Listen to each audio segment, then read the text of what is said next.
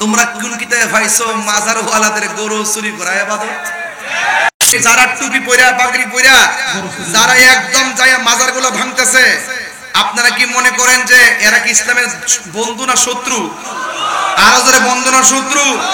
তো যারা মাজার ভাঙতেছে এদেরকে একটা মিস কল দিতাম চাই, ওলি আল্লাহর বিরুদ্ধে যাইবা তো গজব দায়া করবে। কথা কোন ঠিক না বেটি? আরো জোরে কোন ঠিক না বেটি? আমি তাদের কাছে পরিষ্কার ভাষায় বলতে চাই, তোমরা যারা বলছো মাজার জিয়ারত করা শিরক, কইছি কিনা? কয় মাজার জিয়ারত করা, কয় মাজারে যাওয়া বেদাত। আমি তাদেরকে বলতে চাই, তোমরা যারা মাজারে যাও না, মাজারে যাওয়াকে বেদাত বলো, তোমরা কোন কিতাবে পাইছো মাজার ওয়ালাদের গরু চুরি করা ইবাদত? কথা বলো। হ্যাঁ, তোমরা কোন কিতাবে পাইছো? যারা বলে মাজারে যাওয়া বেদাত, এদেরকে দেখলাম গরু চুরি করে নিয়ে গেল, দেখছি চুরি করে নিয়ে গেল, তিন চুরি করে নিয়ে গেল, মাজার থেকে দরবার থেকে তিন চুরি করে নিয়ে গেল, গাছ গাছালি কাইটা লইয়া গেল, এই দরবার থেকে পুকুরের মাছ চুরি করে লইয়া গেল। তো এটা তোমরা কোন দলিল নিয়ে গেলা? মনে হইছে যে গনিমতের মাল, এমন ভাবে নিছে মনে হয় বাপের রুজি করে রাখা দিছে, ফুটাইতে লইয়া যাইতাছে।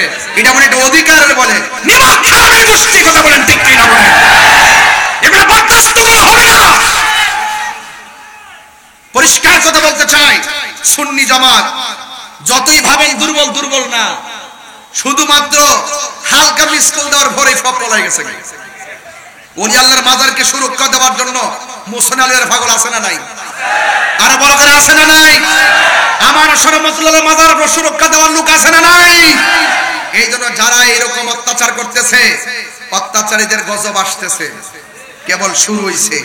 আমি দেখলাম মুর্শিদপুর দরবারে তারা যেইভাবে গড় দরজা পুরল, যেইভাবে আল্লাহর গড় মসজিদে আগুন ধরাইয়া দিল,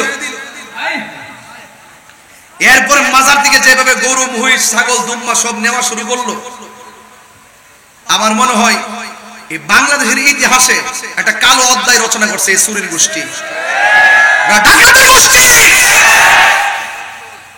কথা বলেন ঠিক কিনা? আমরা দেশে গরু চুরে বড় নিন্দা করে, প্রকাশ্য চুরি করা শুরু করছে। গজব যখন আসে এভাবে আসে, এগুলো আমরা ইতিহাস করে রেখে দিলাম। আমরা দুনিয়ার ক্ষমতা চাই না, আমরা নবীর প্রেম চাই। কথা বলেন ঠিক কিনা? তোমরা যারা বিভিন্ন ইনিয়ে বিনিয়ে সাধু সেজে সেজে মানুষকে ব্ল্যাকমেল করার চেষ্টা করতেছো, আবার আজকে শুনতেছি একজন মাশাআল্লাহ একজন লোক বলতেছে পর্দা করা আমরা বাধ্যবাধকতা করব না, স্বাধীন মতো মেয়েরা পর্দা করতে পারবে। নাউজুবিল্লাহ কর না কেন? দেখছেন নি ক্ষমতা যাইবার লাগা কত ডালে কথা কয়। এটা ইমোশনাল ব্ল্যাকমেল করতেছে। আমরা মনে করি পর্দা আল্লাহর বিধান, পর্দা করতে হবে, নামাজও পড়তে হবে। নামাজ যেমন ফরজ, পর্দা তেমন ফরজ, পর্দাকে শিথিল করার সুযোগ নাই, পর্দা অবশ্যই করতে হবে। কথা বলেন ঠিক না ঠিক? পরিষ্কার কথা। কে মানলো না মানলো এটা পরের কথা। যদি আমি বলে দেই আপনারা যেমন মন চায় এমন পোশাক পরবেন, আমরা কোনো বাধা নাই, তার মানে বুঝতে হবে এরা ইসলামের কেবলমাত্র ডাল হিসেবে ব্যবহার করতেছে, মূলত ভিতরে শয়তানি। কথা বলেন ঠিক না ঠিক?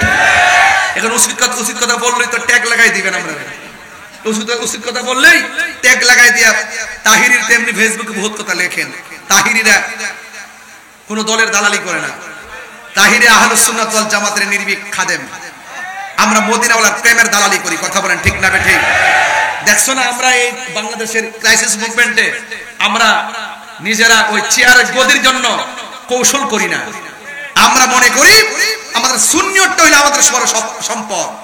मैं तो बीमारे नबी हूँ। MBN TV একটি ইসলামিক ইউটিউব চ্যানেল।